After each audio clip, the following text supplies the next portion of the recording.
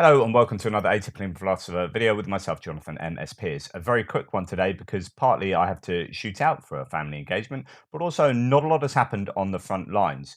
Just go straight to the northeast around Kupiansk area. Russian military bloggers have claimed that there has been some equipment hit around the Kupiansk area, the Avdivka. So if we just come up, sorry, I was in the wrong place on the map here.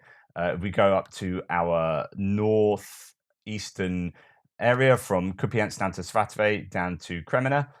The Russians are claiming that around this area there have been some strikes on Ukrainian equipment. Um, let's just zoom in a little bit more. There we go. So where are we talking to Bivka and a few other places around here? But this is a fairly hot front line. Not a lot of very detailed news. The Institute for the Study of War says that Ukrainian forces consolidated gains and continued counteroffensive operations along the Sevastopol-Kreminna line. I pronounced it correctly today, hopefully, on October the 29th. Spokesperson of Ukraine's Eastern Group of Forces, Colonel Serhiy Cherevati, stated on the 29th that Ukrainian troops have established full fire control of the main sections of the R66 Svatovo-Kreminna road, which Cherevati noted makes it impossible for Russian logistics and supplies to continue along the route. Cherevati also reported that fighting is ongoing along the Svatovo-Kreminna line. A prominent Russian military blogger similarly claimed that Ukrainian troops are attempting to break through to Kreminna and accumulating forces to attack a position less than 2 kilometers away from current Russian positions and within 4 kilometers of the R66 highway. Several Russian sources, including the Russian Ministry of Defense, reported that Ukrainian troops attacked in the direction of Chervonopopivka, 6 kilometers northwest of Kreminna. The Ukrainian General Staff stated that Ukrainian precision strike eliminated 20 Russian soldiers and wounded 30 in Chervonopopivka. So that is exactly what we were talking about yesterday, which is this road down here from Svatove down to Kreminna, and there's lots of complete fire control across that apparently, and an attack towards Chervonopopivka, which is just around here. So that's the attack is still ongoing there. Okay, so that's that. We're going to move pretty quickly down because I am required out of here to not a lot of news coming out of Bakhmut.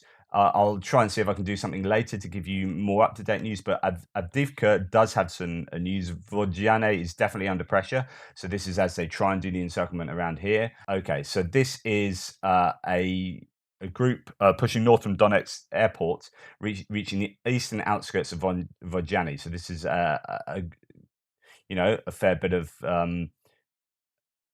mechanized equipment just going across that. So I'll show you where that airport airstrip is, and that is as we go to Vulhedar here. So that's the airstrip, and they're moving across there, moving north to support the Vulhedar offensive that's coming round and hoping to encircle Avdivka. There is talk about, the primary defenses of the Ukrainians have been breached, so this is a bit of a problem going forward. This is a worry for Avdivka, and that is a pretty important outpost that they're keeping hold of. So there is that. Just a general note, by the way, on just the amount of gains that the Ukrainians have made versus the Russians. For those interested in numbers, Ukrainian gains in the last 3 months, 8,700 square kilometers. In Donetsk and Luhansk, 2,800 square kilometers liberated. Kherson, 1,800 square kilometers, giving 13,300 altogether. So the 8,700 was from Kharkiv. The Russians have gained 16 square kilometers. Pisky, 2 square kilometers, and Bakhmut, 14 square kilometers, and that might have been taken back to some degree. I don't know whether that's up to date and accurate. So it just gives you an idea of when we talk about, Avdiivka being under a lot of pressure here with Vulhedar going, this is a matter of, meters every day. It might make a difference in the end, but there's a bit of context. There has been a whopping. The Ukrainians have announced that a whopping 950 Russians died yesterday, which is a huge spike. So interesting to see where that goes. According to Russian source Rybar, the Ukrainian army continues to bring reinforcements to the Zaporizhzhia front line. The Ukrainian army may want to capture the Tokmak-Melitopol line before Kherson and Svatove. So this is to go. So we've now done Avdiivka. We're going to go down here. This is the Zaporizhzhia front line. And there's talk about more troops being reinforced in this area. There is a lot of talk about Volodar. So there is a definite attack from the Russians on Volodar at the moment, which is something that could be a worry going forward. Let's have a little look. So here we have just a couple of maps. There you go. So yesterday, the front line of the Russians was further down south, and now we have that move up to uh, Pavlivka here. So that is let's go and find that out on our map. Pavlivka. So here we have the idea that the Russians are moving up here and here towards Volodar. So Volodar is the next step. That is a bit of a problem, and the Ukrainians will want to obviously do something about that. As far as Kherson is concerned, not a lot of information on Kherson. Uh, so I'll try and get you updated later. The big information that everyone is talking about is the Sevastopol uh, attack for the unmanned sea vehicles, USVs, drones in the sea, if you like. So if you remember, that we had the flagship that was sunk, the Moskva, somewhere out here. Uh, some time ago, and that was a huge problem. So the Admiral Makarov has become the flagship, and that was hit yesterday. And there has been indication that it definitely was hit. Lots of uh, so here's footage of the USV attack on the Admiral Grigorovich class frigate, and the fact that it was approached without any response suggests that the attack was successful.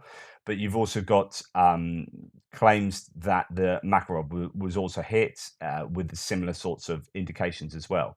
The Russians are denying. They are saying the minesweeper was that a minesweeper was hit. And just to give you an idea of the size of these things, and I'm just going to show you some footage of that. It's this kind of one. So here we have a few bits of footage that are doing around, and these are absolutely fascinating. So here is an unmanned sea vehicle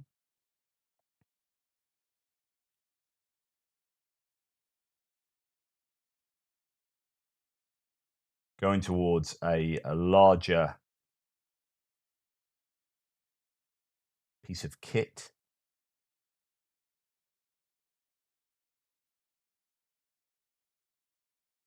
You can see it can get right up close.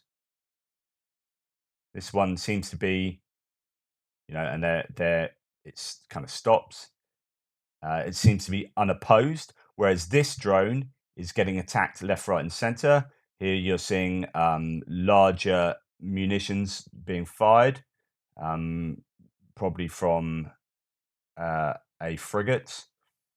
And then you start seeing a helicopter firing a machine gun, um, and all sorts going on.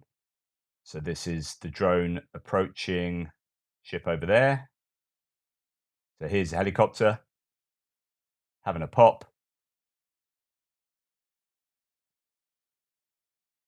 Doesn't seem to do too much damage to this piece of kit. Still firing. You assume it is getting hit, at least with some of those rounds.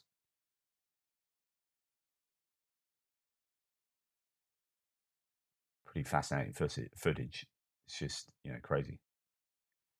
And then so it cuts to somewhere else. And there's obviously around big bit of ordnance landing, and then it's cutting somewhere else here. This is right into Sevastopol, but again, not sure whether that what exactly is going on. Whether that drone was hit, and then you see an explosion out here from this sort of CCTV camera.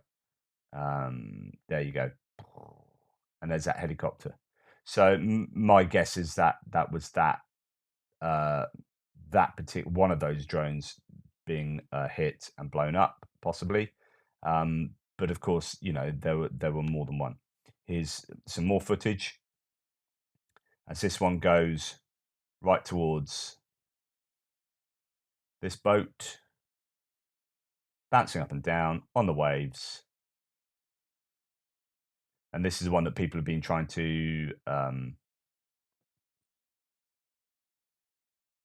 you know, investigate to find out which boat it actually is, which ship.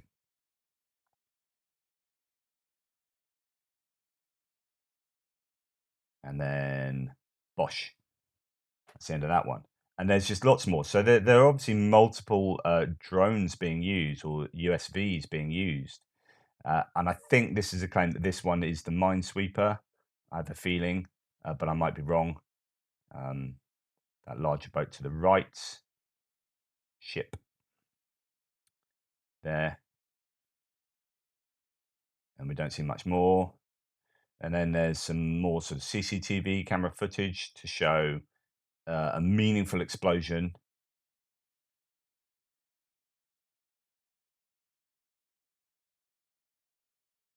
And it's just lots of this footage, quite incredible. Um, so there has certainly been some damage to shipping, to naval shipping in the Sevastopol area, and this has will have caused the Russians a huge amount of annoyance, certainly. I don't know whether anything's sunk. There are usually lots of rumors, but these boats will probably be out of action at the very least. Now, this has caused Russia to get pretty angry and say they're now going to stop the grain agreement that they had that allowed Ukraine to get its grain out of the Black Sea and onto international trade routes. This isn't going to happen. That's a huge walking back of an agreement, because that's economically one of the few outlets that Ukraine have, and they really need to be able to sell that so they can justify replanting and going through the whole cycle again. So this affects the economy, but it also affects the global food supply. It affects virtually every country in the world in some way, with knock-on effects on prices and all sorts. So it's huge that Russia have decided to do that. Um, but it also shows that they are vulnerable in places where they thought they were strong and unassailable to some degree. This was out the way of out of the range of certain things. Well, now there's talk about harpoon missiles and all sorts of things. Ukraine are flexing their muscles, navally speaking. So we should see how that turns out. Anyway, not a lot of frontline information. A little bit rushed from me. I do apologise. But here you go. I'll try and get a video done for you later. Anyway, toodle puts, and thanks for all your continued support.